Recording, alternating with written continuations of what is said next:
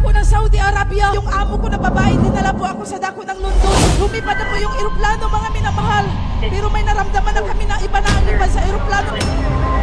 Bawal tanggalin ang mga seatbelt, yung mga pasahero. Tumayo din ako, mga minamahal. Tinanggal ko yung seatbelt ko. Nung pabagsak na po yung eroplano, ang mga testimony ng mga bilabid kapatiran, naalaala ko. Walang imposible! Hallelujah! Hindi ko napigilan. Sumigaw, walang tigil. Sa pangalan ni Jesus, mamalik ka sa normal! Hallelujah! Ano nangyari po, mga minamahal? Hallelujah! Bumalik sa normal ang aeroplano sa aeroplano!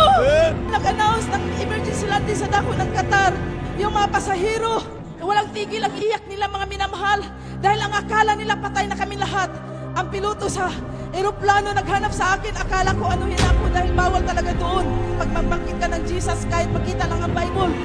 Kung nakaharap ng yung piloto, mga minamahal, for the first time sa pagkapiloto niya sa dako ng Middle East, hindi niya ma-imagine ang nakita niya.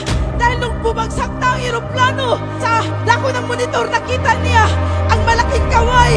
Bilang mataas sa eroplano, hallelujah! Talagang totoo ang Diyos dito sa Jesus Milagros. Pumunta po ako sa dako ng Sambuanga. Yung bus na sinakyan namin may 30 ka pasahero.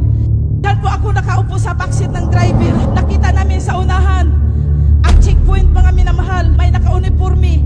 Huminto yung bus na sinakyan namin. Yung isang tao lumapit sa driver, mga minamahal. Nakita namin ang kalibre 45 tinutok sa ulo sa driver. Hallelujah! Hindi ko sugat akalain, mga minamahal. Hallelujah! Yung kalibre 45 na tinutok sa ulo sa driver, pinalitan sa akin. Nagpakilala na hindi sila mga military, kundi commander siya o mga NPA sila. Ang sabi ng commander, pababain po ako sa loob ng bus. Habang nandun po ako mga sa labas ng bus, hindi ko talaga makalimutan ang dalawang pusi sa ating bilabid evangelist. Hallelujah! Sa oras ng kagipitan, wala kang ibang babagitin kundi ang pangalan ni Jesus. Hallelujah! Na walang almas na pumutok laban sa iyo kapag ikaw ay nasa katotohanan. Hallelujah! Yung commander, mga minamahal, sinubukan niya ang kalibre 45, isang magasin. Pinaputok niya sa itaas, mga minamahal. Hindi ko sukat akalain, mga minamahal. Sinabihan ko yung commander, ang sabi ko, yung pangalawang putok sa baril mo, kapag ako ay tatablan, ang Diyos namin sa Jesus Miracle Crusade na pinaglingkuran ay patay. Pero kung hindi yan puputok, ang Diyos namin sa Jesus Miracle Crusade talagang buhay! Hallelujah! Nagalit yung commander, mga minamahal. Hallelujah! Talagang kinalapit niya ang 45. Kahit isang balang 45, hindi pumatok. Hallelujah! Hallelujah! Nung bumaba na yung apat niya nakasama yung mga high power na mga almas, nakatutok sa akin, mga minamahal. Ang sabi ng commander, patunayan mo ngayon kung gaano katotoo ang Diyos sa Jesus Miracle Crusade. Hallelujah! Yung i-fire na ang apat na M16, mga minamahal, bigla ko naunahan sa pag-rebuke. Sa pangalan ni Jesus, lahat ng iyong mga baril ay hindi puputok. Hallelujah!